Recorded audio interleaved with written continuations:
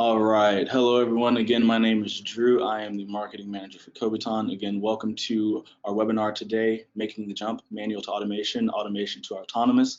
Today, we will really be focusing on helping testing teams who may feel they're stuck in a rut of manual testing only go ahead and make the transition to more efficient and productive methods via automation testing. And then those of you that are already doing automation testing, we're going to explore the possibilities and benefits of AI and ML. So with that being said, without further ado, I will go ahead and introduce our panelists here. We are joined by a great cast today. We've got Frank Moyer, the CTO of Kobiton. We've got Mr. Joe Colantonio, who is the founder of both Test Talks and Guild Conferences. We've also got Paul Grisafi, who's the principal automation architect at Magenic. And then lastly, we've got Praveen Basker, who is the former senior manager of enterprise automation at Office Depot. So great crowd today. Should hear a lot of wonderful information for everyone. Let's go ahead and get into the very first topic. Manual testing, is it necessary or is it antiquated? And we will go ahead and start with you, Frank. Thank you very much, Drew, and thank you, Kobiton, for hosting this webinar. Before we go into too much detail, I'd like to first provide some clarification on semantics. With manual testing, or to say it another way, a human executing a test script, I think it needs to be broken down further. Broadly, testing performed by a human can be either checking or exploratory testing. And manually checking and exploratory testing are both manual testing, but they're different. Exploratory testing is a mindset and requires thinking, while manual testing does not. With those semantics, exploratory testing, in my view, is and will always be necessary, no matter how far artificial intelligence takes us. There will always be a need to perform some level of exploratory testing. Even as I was on a call yesterday about a mobile app that I was advising on, and they have a human component in it, and even there, the goal is that 1 out of every 30 things that the machine checks, we're still going to send to the human just to make sure that it stays, the algorithms are correct. So moving on to the second part of the question, advantage or hindrance, in my view, there's having a thorough exploratory test strategy provides a level of quality above straight automation and does provide an advantage. However, right now, manual checking, that second part, puts the brakes on a release cycle, and it is the greatest impediment to continuous testing. So with the acceleration of development release cycles from months to weeks to days to hours, updating automation scripts in organizations, they revert back to manual checking, and this becomes increasingly burdensome on the organization, especially in mobile, where testing on real devices is imperative.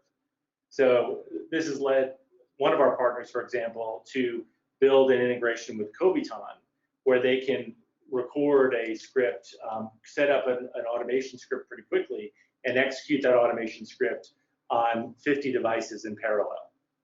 So that's a good example of where it's used effectively. Awesome. Thank you, Frank. With that said, we will go ahead and switch over to Paul. Go ahead and share your insights. So I agree largely with what Frank was saying. In my career time, and in probably my kids' career time, and they're only 5. So with manual, quote in quotes, manual testing, human eyes and interaction on the software is going to be necessary, just because there are things that machines cannot do for us today, and there are things that machines should not be doing for us today. And then there's a big pile of stuff that maybe the machines could do, but it's not cost effective. And if we look at automation as being a force multiplier, helping the teams get the software out the door at an acceptable level of quality and acceptable level of risk, then what we're looking at is it not being business wise a good choice to go all automated or even go all human interaction. There's a sweet spot in there. Looking at the continuous testing pipeline, we hear a lot of companies talking about we're going to go every check-in, it's a push out to production. That's great if you want to do that. If you want to have that level of frictionless code deployed to production, you can do it without having a human actually look at the code, but you're incurring a risk. And the risk is that your automations miss something, and it's a pretty good risk. It's a pretty hefty risk. Companies that do that really need to have tolerant users, or they need to be able to have a low cost of change and probably a low cost of failure as well. Because if either one of those is pretty high, then the chances are it's not the right way for you to go with something like no humans looking at it at all. Great insights, Paul. We'll move on to Joe. Awesome. Yeah, so for some reason, every time I hear manual testing or automated testing now, I just think of Michael Bolton, the tester, and he goes crazy about this stuff. So I just think about what Frank mentioned about semantics. When we talk about testing, there really is no manual or automated testing, is what Michael Bolton would say, the same way a doctor doesn't do like automated doctoring and manual doctoring. So I really think that really just sets the mindset that it doesn't really matter what type of test you do, as long as it's finding value, it's finding risk, and it's helping your customers. That being so, that's why I would never say that it's antiquated. We'll always need exploratory testing. It's definitely going to be necessary. Also, as Paul mentioned, it really is based on your context. So I work for a large medical organization. So in that type of situation, you probably want to have some manual eyeballs on your application before it's deployed, just to make sure everything's all right, because you have lives at stake. But if you had just a simple application, the risk is minimal, you probably could get away with all automated tests. So it really does matter on your situation. It's really different mine from yours. So it really is a team decision on what they need to go with. So manual can become an advantage, like I said, when you're dealing with these types of applications. It really is a hindrance, like once again, like what Paul mentioned, it's if you need to do test coverage against multiple devices, multiple operating systems, all these different types of things, it's probably better to have an automated test suite to be able to get that coverage against all the browsers. And then maybe you just have a few exploratory tests that go through and get a human's point of view. So it really is a marriage of both. I don't think that they're either mutually exclusive. I think you use both approaches in your testing plan to get the best type of quality in the hands of your customer to make sure that you're delivering quality software. So those are my main points that I think go with both automated and manual tests. Awesome, thanks, Joe. And Praveen, how about your insights here? Thanks a lot for giving me this opportunity. I kind of agree with Frank because there's a very thin insulation layer between manual and exploratory testing, right? And if you see, it all depends on what you want to achieve in the organization. So let's say you want to test a legacy application which is in the path of getting replaced in the future, maybe 6 months down the lane or 1 year down the lane. It's not a good idea to implement automation in that area because it's going to be replaced, and eventually, those test cases that we automate are going to go waste, or maybe will have to be rewritten completely. So in that case, manual testing is going to be very effective. And because I call manual testing eyeball testing, right? And the most important advantage is, you cannot miss even a minute detail that's appearing in the application. Adding automation to your test strategy, now or never. Let's go ahead and start with Praveen on this one. So, like I said, it is very important to know when to make a switch to the automation. So we have to identify what kind of methodology is being followed, whether it's a waterfall methodology, water-agile, or agile. So, depending on the methodology, it is very important to choose what kind of,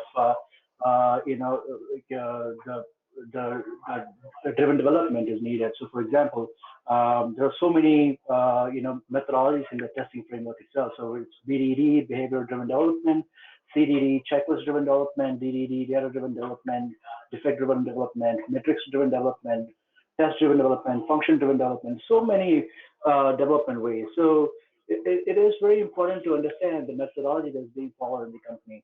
and maybe in the team level too.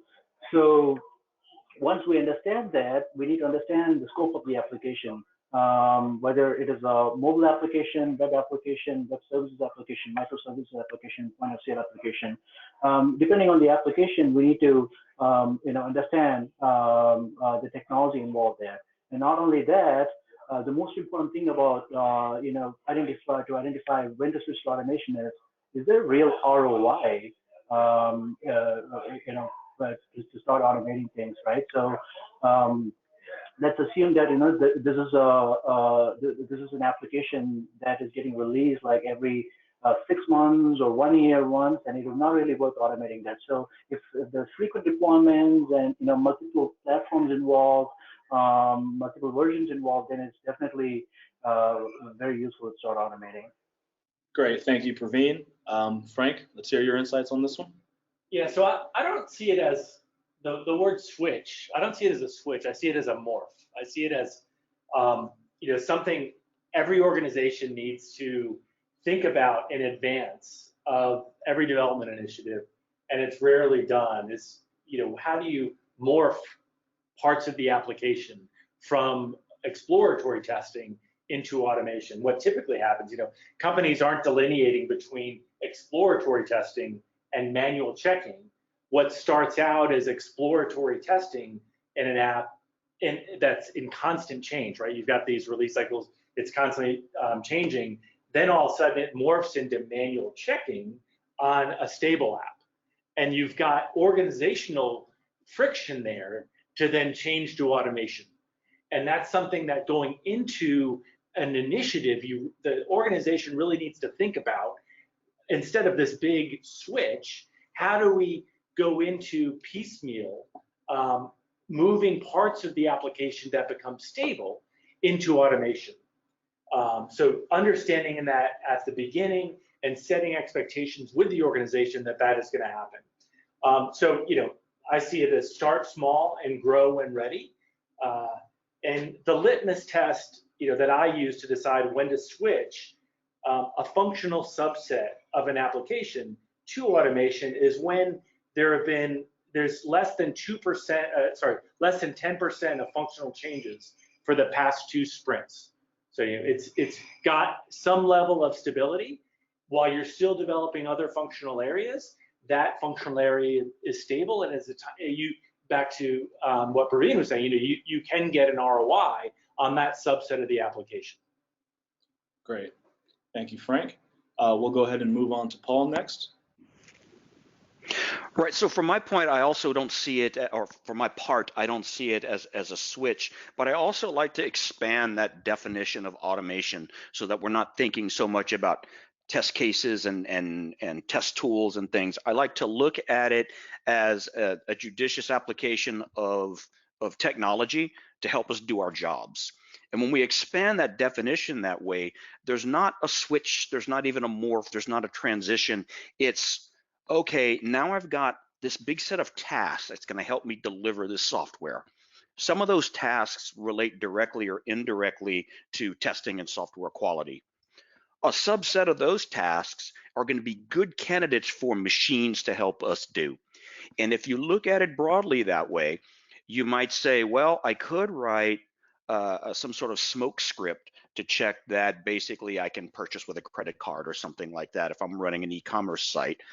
But a better use of my time might be to write some Python, Perl, whatever, some little sidebar script that's going to generate some of my data fill for me, that's going to make sure the system's up and running prior to me doing any sort of actual human interaction with the system.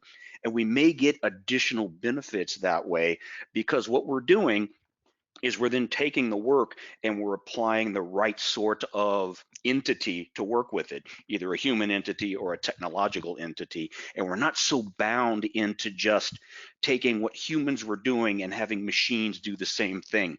We're letting each of these entities play to their strengths.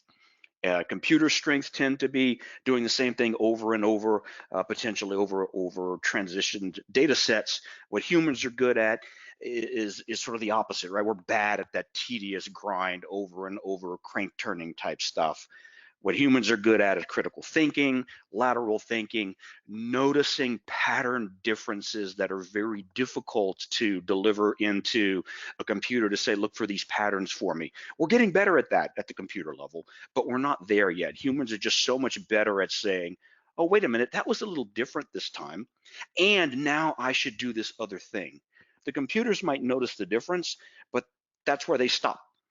And they can stop there and deliver that information to the human, and the human, the tester in this case, can then pick up and run with it. So it doesn't have to be this pass, fail, all or nothing. It's automated or not. It's all about helping us do our jobs to be more effective or more efficient at what we're doing.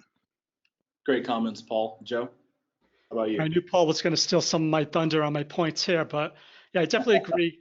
Our definition of automation isn't necessarily an automated test. It's any process that's currently manual that could be automated to help you deliver software faster with higher quality to your customers. Also, I get a little worried when people say we're going to switch to automation, as if like that's going to solve everything. In my experience, especially with large enterprises, if you have really bad manual tests, I mean, most likely you're going to create really bad automated tests. So it's usually more of a culture type issue in those situations that you probably need to get under control before you even start trying to expand into automated testing. Because the same issues you have with manual testing will be the same exact ones you have with automation. Automation is not going to save you if it's just a checklist on your definition of done.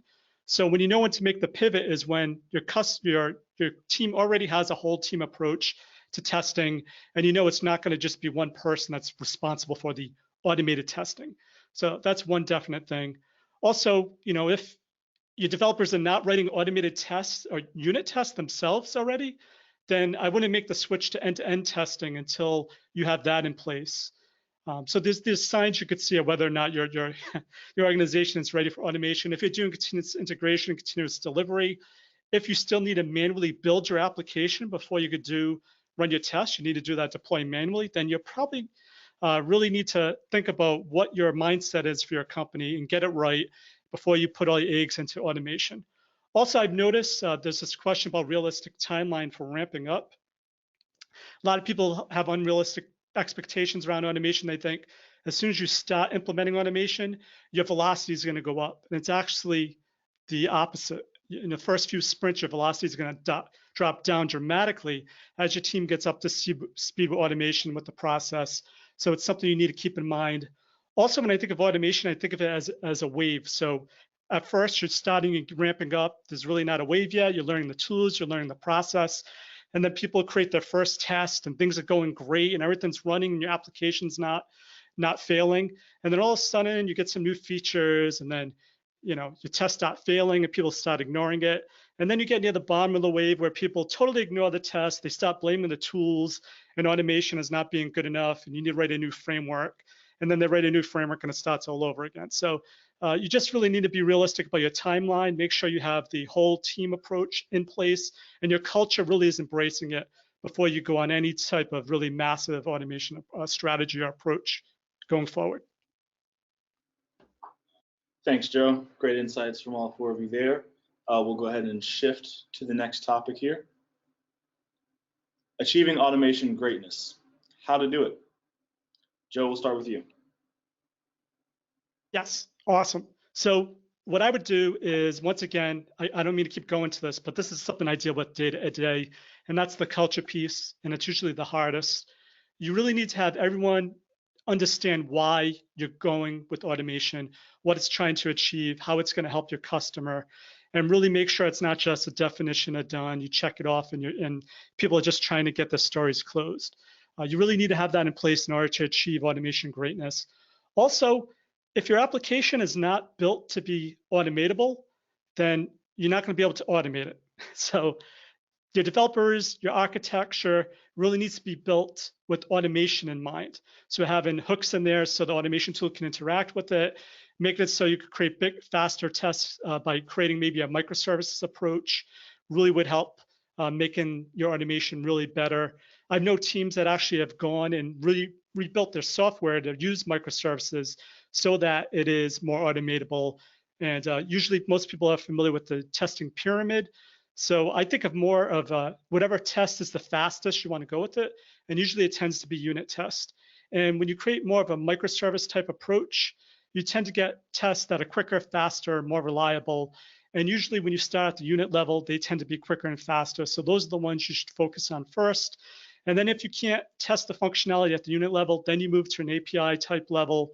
If you can't get the functionality tested there, then you move to an automated test, but it doesn't necessarily need to be a full-blown end-to-end test. It should be atomic and really testing one thing, so when it fails, you know why it fails. I think if you do that, you'll have better, just better luck overall with your automation approach. Also, you need to keep in mind that any type of automation is code, and code requires maintenance. A lot of people forget about that when starting on their automation journey. And so, you need to bake that into your estimates. Yes, it may be saving you time, but you need to treat it just like code. You make a change to your application and element ID, you need to touch your automation code.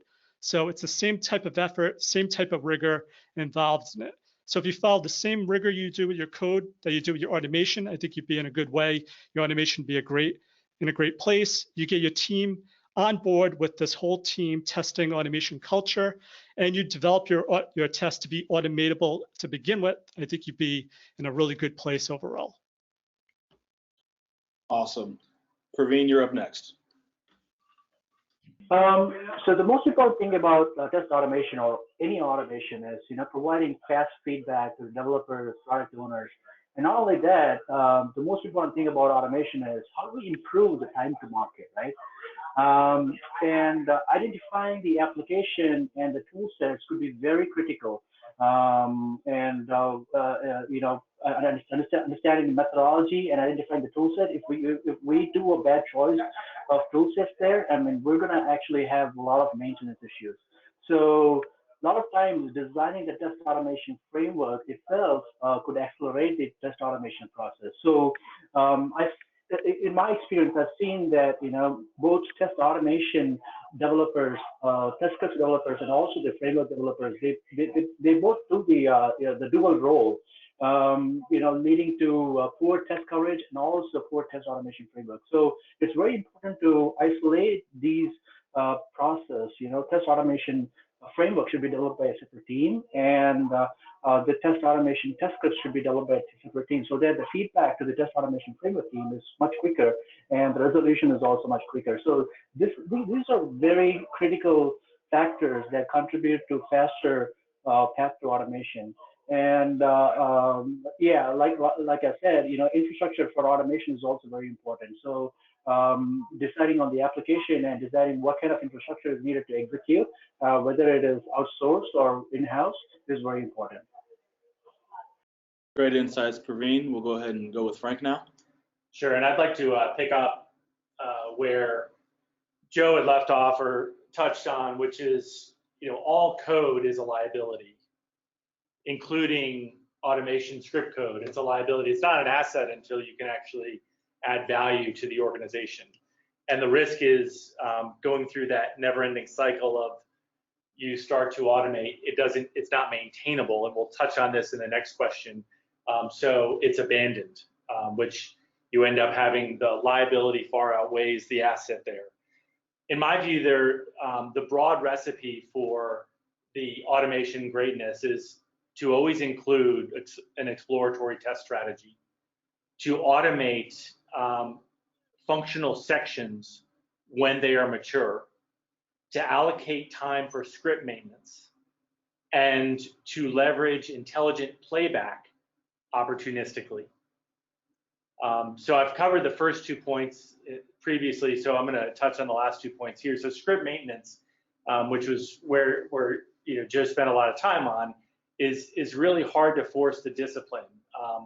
And one company that we worked with on this point, Joe, is they actually checked their Appium script into source code control with the application. So they made sure that it was maintained, that the script was maintained, and it was part of the process, which I really like that level of discipline, so that you don't end up abandoning the scripts. And tools also are emerging in this space to make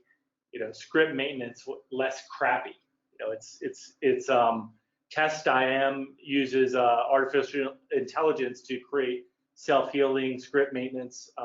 So when changes are made to the app, like an XPath change, it's automatically figured out and adjusted. And the final point is on record and playback. You know, for mobile, it makes a lot of sense because you want to test against 50 devices to make sure everything works, but you don't want to write an Appium script. So you can execute something like an exploratory test and play it back on multiple devices. And Kobiton uses record and playback to produce its health check report. So we use Catalan to generate the script, and then we execute that against 50 devices. So we can detect, and we have an automated way to, or an intelligent way to detect when there are differences in the rendering based on screen resolution size. Awesome. Okay, Paul, we'll go with you next. Well, gee, what did y'all leave me to talk about, man? Well, okay, I'll get on one of my other soapboxes in a second, but I do want to amplify some of the other things that were said here. Yes, definite +1 on treating this automation like a software development engagement, because that's what it actually is. I'm actually doing a talk on this tomorrow night on treating your automation like software development, because that's exactly what it's there for. Also, maintainability, big part of it. We touched on some interesting things. I think we're going to touch on some more interesting things when we get to the AI slide here in a minute. But one thing that we didn't touch on is the cultural aspect of this activity, this automation activity may be directly benefiting testing and testers, the way we're crafting it, but really it's benefiting the team and the organization. It's helping deliver the product more appropriately. As such, it's a whole team endeavor, and it's going to work better that way. It doesn't really matter who types the keys. It could be a developer, it could be a tester, it could be a BA, it could be a DBA. Whoever has the skills to type the keys for the automation should be a candidate to do that work, especially in a highly cohesive team, like a really sort of a healthy Scrum team. It doesn't matter. It's who's next up. Who's next up that's got bandwidth to type the keys for this automated script? Great. You are now the person to do that. It shouldn't be looked at as a tester or a QA only job there. And we have to bring in other people, especially if we're looking at sort of an enterprise rollout of an automation initiative. Your product ownership's going to care. They're going to want to know where the time's going, where the money's going.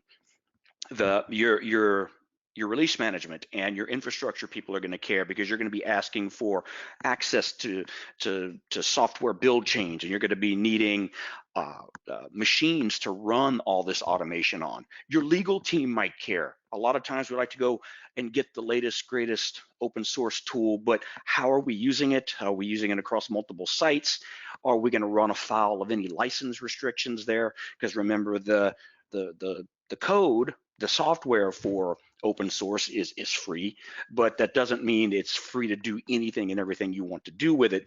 There are limitations, in certain companies, especially those in banking and healthcare, tend to be a little more sensitive around exposure of data, and licensing comes into some of that exposure of data aspects.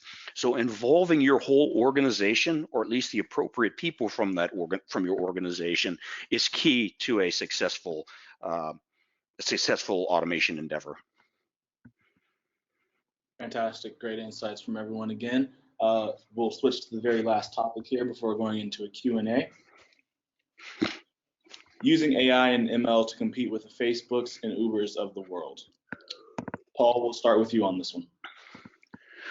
So I like the way you put the title of the slide here. It gives me another snide thing to say.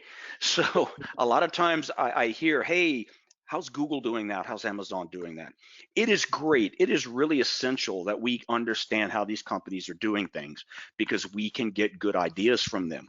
But we should not lift those ideas and implement them directly in our organization, because most of us don't work at Facebook or Uber or Amazon. We're working at a company who doesn't have the resources at their at their disposal to be able to do some of the things that the larger companies and the more sort of experimental type companies are doing. We just don't have that latitude, that luxury, that bankroll. We don't have it. So we have to do things that are appropriate. And that's the biggest thing that I counsel when I go to companies and talk to them and say, hey, we want to do things like company X, or I want to implement process Y. That's great, but is that appropriate for you? Perhaps we can't do that, or we can't do it that way with you. Let's do something that's appropriate. What are your business goals? Let's work towards meeting those.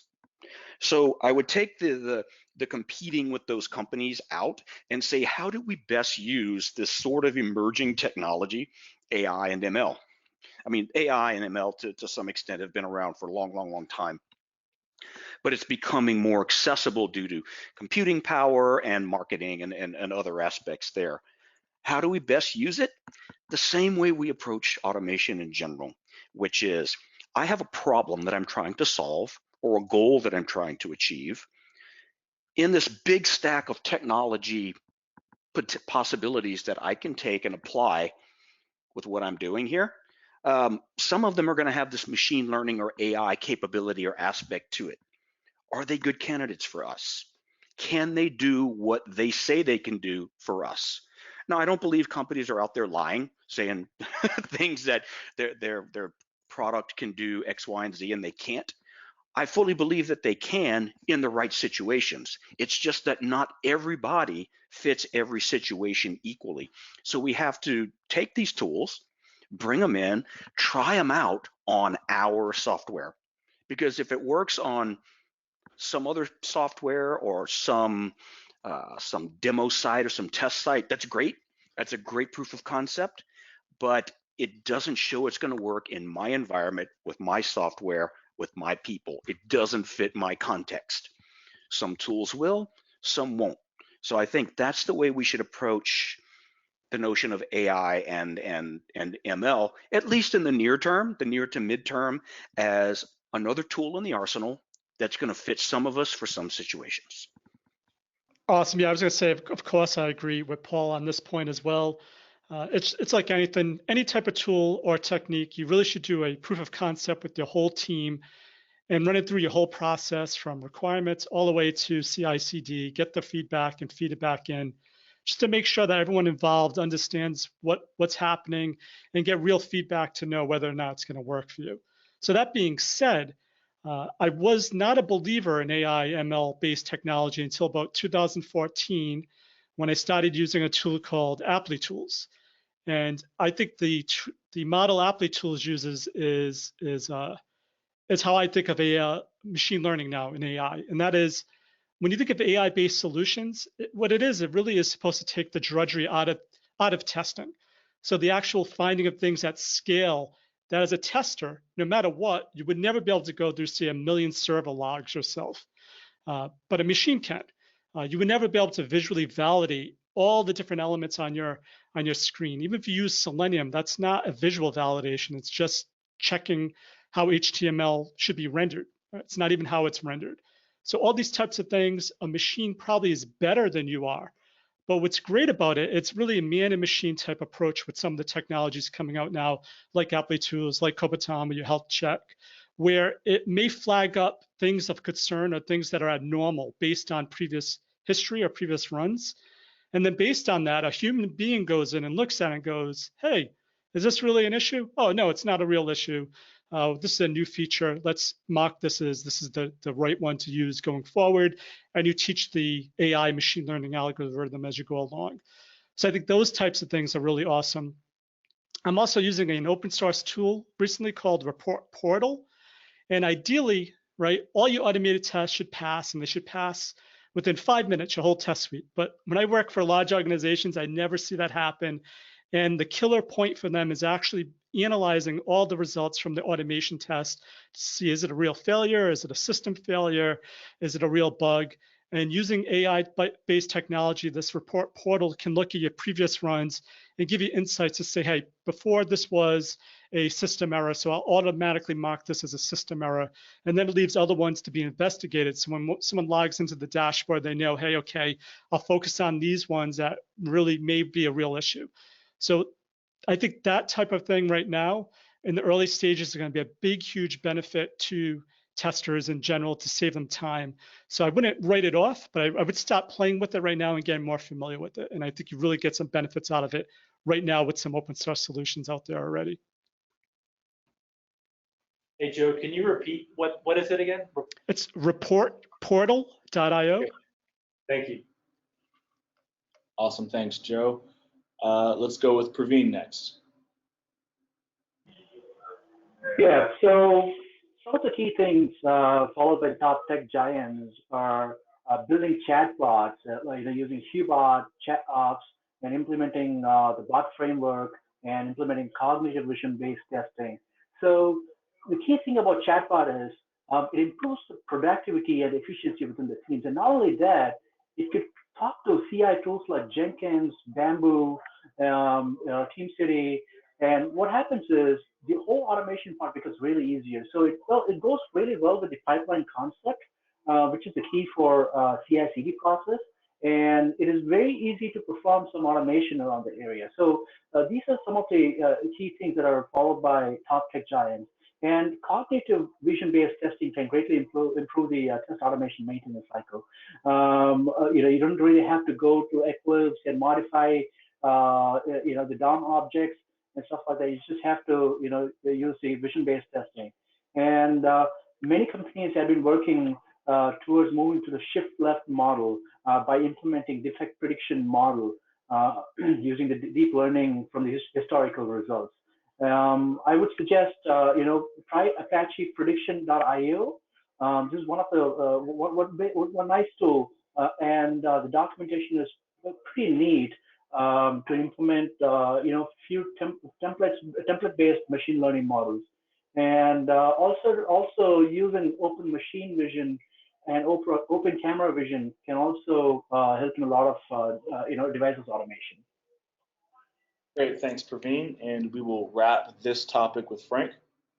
Thank you, Drew. And thank you for giving me the first talking and the last talking point. Very much. I appreciate it. Absolutely. I could go on for hours on machine learning and artificial intelligence, but unfortunately, if I had kept track of all the time that other people, I could have used all their extra time. So, but I will keep myself to 3 minutes here. So I always see artificial intelligence as the great equalizer for testing.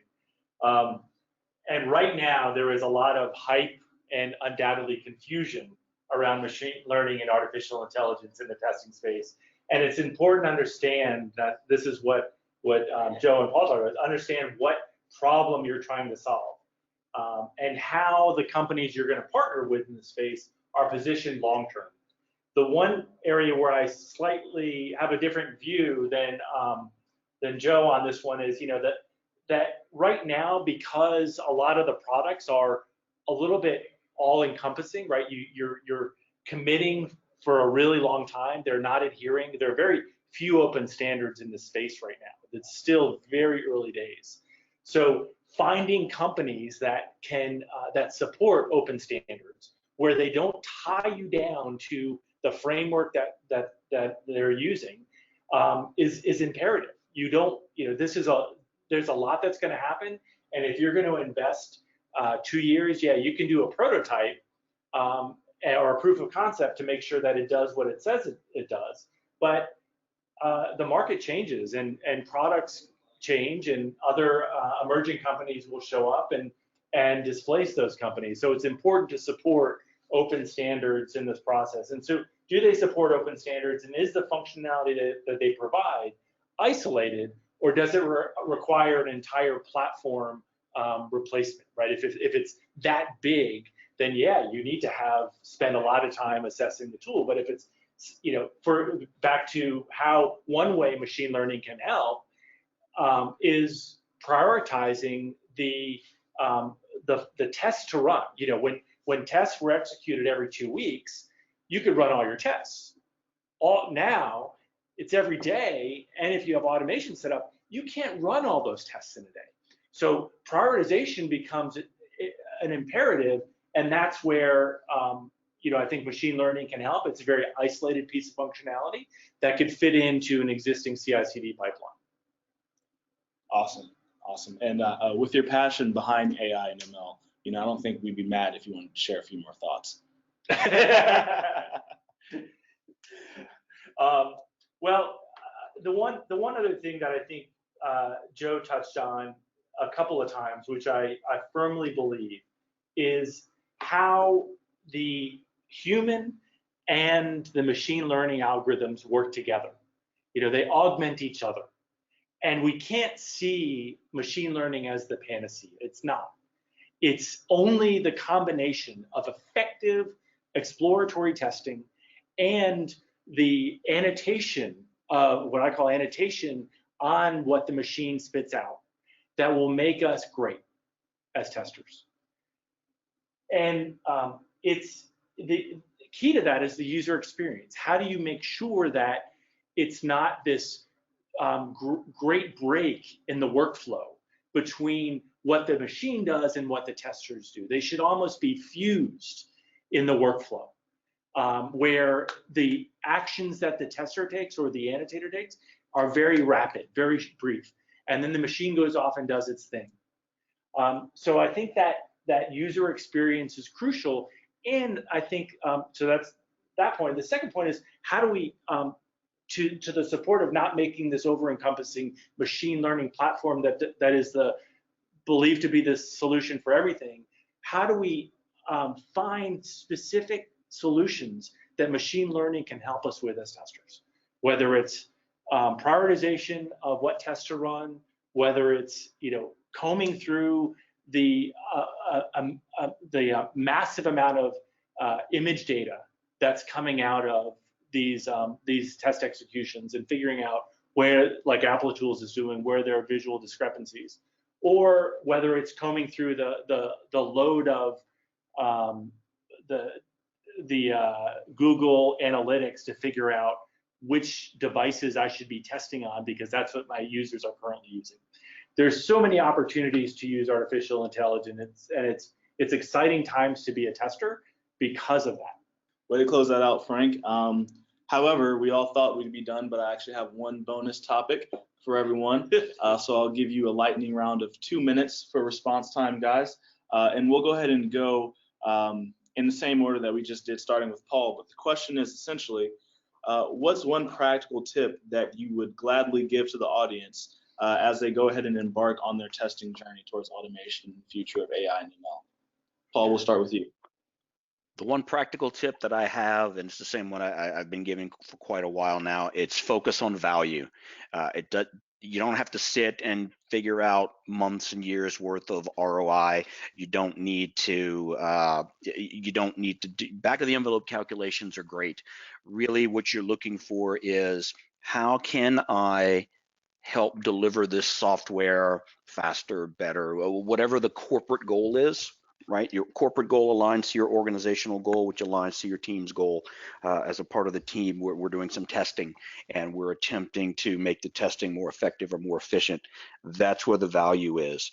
And if that value is not taking a, in quotes, test case and turning it into some sort of machine executable thing, you're actually automating some other aspect of the job that provides as much, if not more value, then you really should focus on that.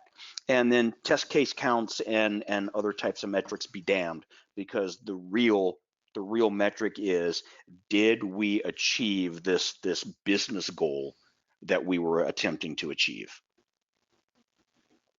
Awesome final note there, Paul. How about you, Joe? One practical tip for everyone. So one practical tip, I'm a hands-on guy. Sometimes listening to things and just reading up on it, a lot of people could just get overwhelmed or say, oh, I can't do this, it's too much. Just start small, pick a tool, pick a technique, try it out, get some feedback, get your team involved, and just make it a good time, and just learning as you go along, and not committing to anything until you understand it and you've done it yourself and you see how it works within your environment and your context. It's a great piece of advice. How about you, Praveen? One practical tip that I have is, perform a lot of POC. So don't jump into one test automation framework or one test automation tool and start working on that. Perform a lot of POC, see which one fits your needs. And like Paul said, consider the value that comes out of it, right? So the value comes out only when you do a lot of POCs, and then you come up with a tool that really fits your organization needs and also the goals. So, and also attend a lot of conferences, because these conferences, are really great because they open up a lot of, they introduce a lot of new tools, which we don't know. And until Joe told us today, I never knew about the report portal. And it's pretty interesting, So I attend a lot of conferences, and a lot of webinars, and I get to know a lot of tools and do POCs, and that's it. Awesome, Praveen. Frank, we'll go ahead and go with your tip. Great, thank you. And it's what I said earlier, and it ties into, I think it was Joe who said it, it's start small and grow when ready. I think the start small makes sense. I think the grow and ready is, I'll explain a little bit. And I talked about this earlier, grow into specific functional areas of your application with automation when they are ready. It's not a big switch. It's when that piece of functionality is ready. When you grow as an organization, where you need to, you grow beyond the ability to use traditional techniques for visual checking, grow into tools that can help you with visual checking. So it doesn't need to be a big leap. Start small and grow when you're ready. Awesome, thanks, Frank. All right. So with that said, looks like we have just a few minutes here at the very end, and we've got some great questions here. Any questions we don't get to, we'll definitely follow up via email and make sure that everyone receives answers to those. But to go ahead and get started, looks like the first question is, what is the best test automation framework for a web-based application? Who would like to answer that? Me. Let's go, Paul. So there is no concept of best. Amen. When it comes to any of this. It's all about appropriate. What is appropriate for my organization? And as a consultant, what I recommend to team one or to organization one might be drastically different to team two, or it might be exactly the same because they are sufficiently similar that both will fit. So really what I generally counsel is look at your goals, your strategy, and make sure whatever you're going to do, whatever you're going to pick, is in line with what you're trying to do as an organization. Look at your audience. Who's going to be executing the tests? Who's going to be writing them? Who's going to be maintaining them? Who's going to be consuming the results? And then look at your environment. Are you multi-operating system? Are you mobile, not mobile? Are you mobile only? All of these things are going to either increase or decrease the number of candidate tools that you have, and hopefully winnow them down to a reasonable number that you can start doing some prototyping against your own software to figure out what's the best for you and therefore most appropriate for you. Awesome, thanks, Paul. All right, similar question, but slightly different. What is one of the best programming languages as an automation engineer to know or learn? So I'll take that really quick. I guess it depends once again. I just know it depends what your goals are. Java for me seems to be the one that's best documented. So if you have issues and you Google, you're most likely to find a solution. But personally, I enjoy Python better because I think it's easier to use. Some people choose based on their team. So if their team uses Java, then they write Java automation frameworks. So it all depends on what your goal is. But for me, I know JavaScript also is probably one of the most downloaded language bindings to Selenium now. So you can't go wrong with that either. So I say try a few of them. Pretty much what you need to do is learn programming with one of those bindings. And the API is such the same one, usually with these languages. Like if you were learning Selenium, if you learned it in Java, pretty much the syntax would be almost the same in Python or in Ruby. So don't let that stop you. Pick a language, learn to program, learn some automation, and go for it. Yeah, I'll chime in one more there, Joe. I totally agree with everything you just said. A lot of times I hear this question from people who have done no automation before and they, in quotes, want to get into automation. Consider what's in your area. Look at the job openings. What's open at your company? What's open in companies that you want to work at in your area? I've noticed that some geographic areas prefer one language over the other, but just by looking at job openings, you might want to choose as your first language something that's going to help you get that next job you're looking for. That's a great point, Paul. Same with you, Joe. Okay, next question. You were talking about functional requirements and their maturity. How do you know when a requirement is mature, and also when it makes sense to invest time in automating tests for requirements when they are not fully mature? Yeah, so I can jump into this one. It's hard to look at a functional requirement in its maturity level until you look at the outcome of the application and how stable that part of the application is. So, I sort of see it as how much change is occurring in a part of the application. And back to the litmus test that I've used in the past is if a section of the application has undergone less than 10% change over a few sprints, then that has a level of stability that I would feel comfortable making the investment in automating. Got it. Okay, next question. What are some great tools for test bots? I'm waiting. The reason I don't have an answer is I'm still waiting for a good one. Got it. Got it. All right. So keep looking, guys. Next question. This seems to be a good one here. A tip for an amateur/beginning automation tester joining an existing automation team. What are the things to keep in mind and how to not get overwhelmed in the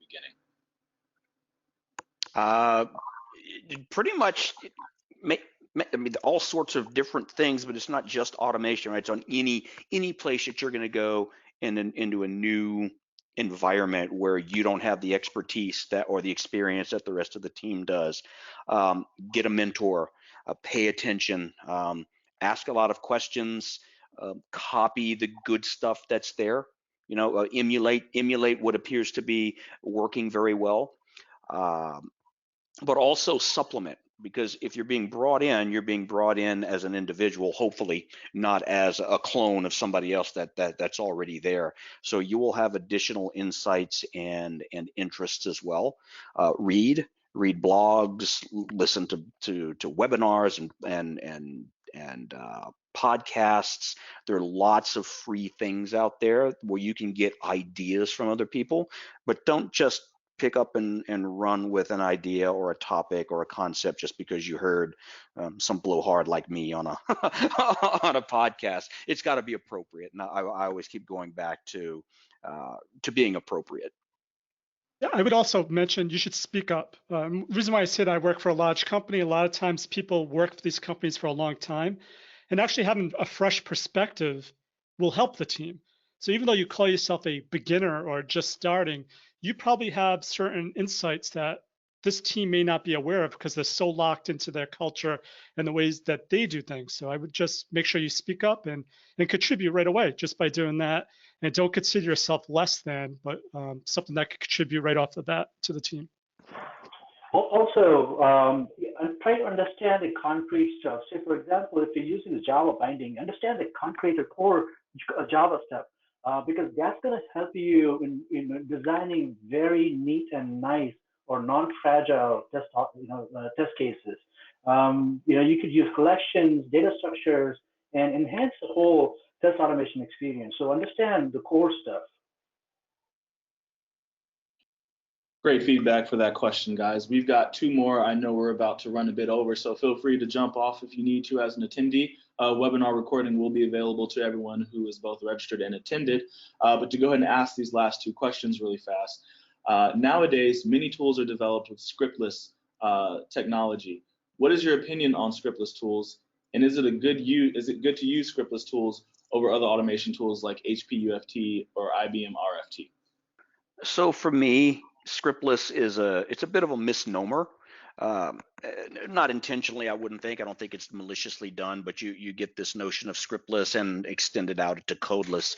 And what I would say is, and ironically, it goes to the talk I'm giving tomorrow night, but I would say that if you're sequencing instructions, then you're programming.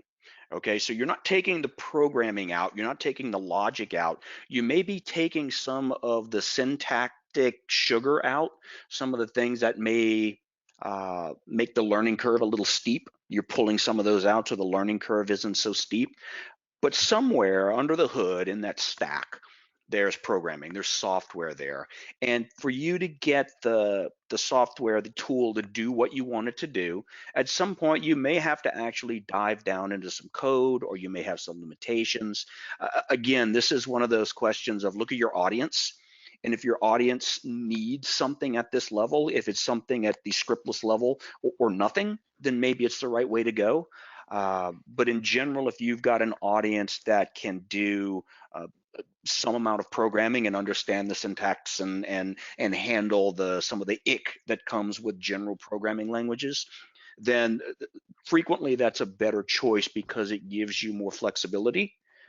But again, you have to do what's appropriate for you. I would just say be careful with the approach. Try the tool, see if it works for you. It all depends on your situation, your context. But in my experience, I haven't had success with this approach, but there are approaches you can use like keyword driven, where a user that isn't a programmer can use keywords and a more technical person can actually create your library. I know a lot of new AI-based machine learning has record and playback, and that might work, but I don't think it's mature enough to really prove that out yet. Great, great.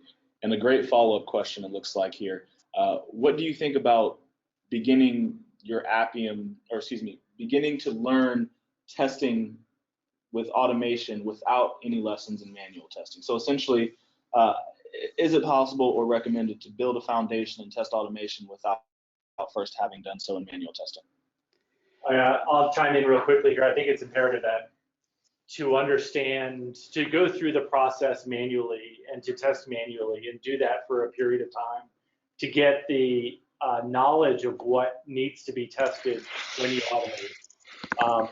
I fear that somebody who dives into automation without having a foundation of manual testing, even if it's for a short period of time, will miss some of the nuances that are necessary to implement effective automation scripts.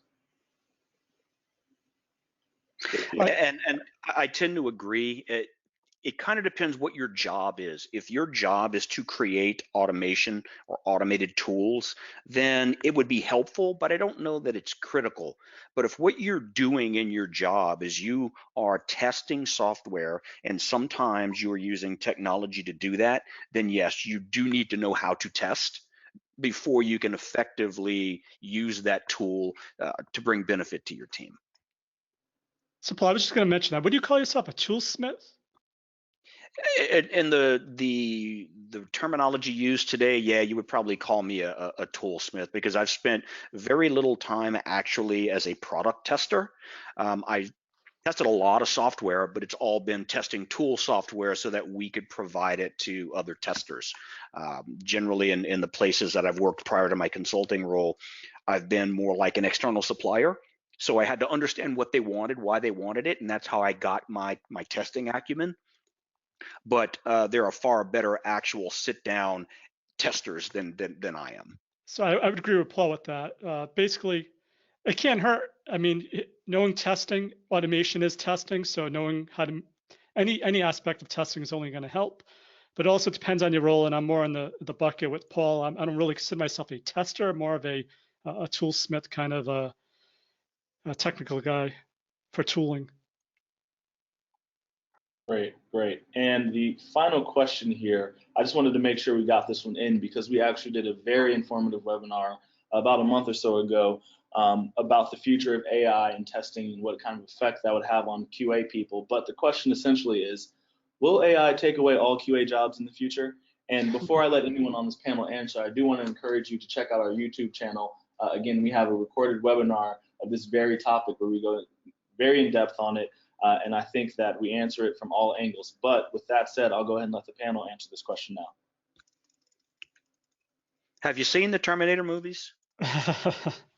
Now, so, and again, I'll go back to it's actually sort of a piggyback question onto something we talked about earlier, which is, do we see automation replacing, in quotes, manual testing in the future? And the answer is, I think all of this technology is going to replace aspects of what we do. Things that are crank turning, machines should be doing that for us so that we can do things that are more lateral thinking, creative, context sensitive type things that machines aren't going to be good at. And I view AI as a supplement to that, a far more sophisticated entity, something that probably can handle tasks that the traditional automation crank turning would not be able to, but it's not yet human. And in, again, my lifetime, my kids' lifetime, or career time, or whatever time span you want to put in there, I don't know that machines are going to be able to tell you that. I actually interviewed for a job once at a gaming company, and we were just talking about things that you should automate, shouldn't automate, can't automate. And what the recruiter said was, you can't automate fun, right? And I'd never taken it and distilled it down that way. But yeah, you can't automate fun, and I don't think a machine anytime soon is going to be able to determine what is fun and what's not, what's painful and what's not, what is going to make you use a piece of software or stop using a piece of software. So no, I don't see it taking away all the testers' jobs, but I do see it taking away some of the tasks that we do. And I look at it slightly differently. I think it changes the role of the tester. Yes. I think that the exploratory tester, as I said early on, will always exist. But the role that the tester takes going forward is going to be, and I've heard it mentioned in this conversation, that this concept of an annotator, the person who's reviewing what the machine sees and validates it or amends it or says, no, go here, and then the machine gets smarter. So, what the quality or the responsibility of the tester becomes higher up, just like in the Industrial Revolution when the skills increase, the skills of the tester as we embark upon this world of artificial intelligence and machine learning will also increase. Awesome. Okay. Well, great questions, everyone. Really quickly before we wrap, I did want to just let everyone know that there is a webinar bonus for anyone who attended this webinar. We'll be sending out a very special infographic detailing the top AI and ML tools, as well as the rest of the landscape as far as mobile app development is concerned. And so we'll deliver that to you via email immediately after this event, so please be on the lookout for that. And as usual with our webinars, thank you all for attending. We sincerely appreciate your attention during this time. If you do have any follow-up questions or concerns or suggestions, feel free to send an email to info@kobiton.com, and we'd be happy to hear from you. With that said, thank you to our panelists, Paul, Joe, Frank, Praveen, and again, thank you everyone for attending. Have a great one. Thanks a lot, everyone. Awesome, thanks. Thank you.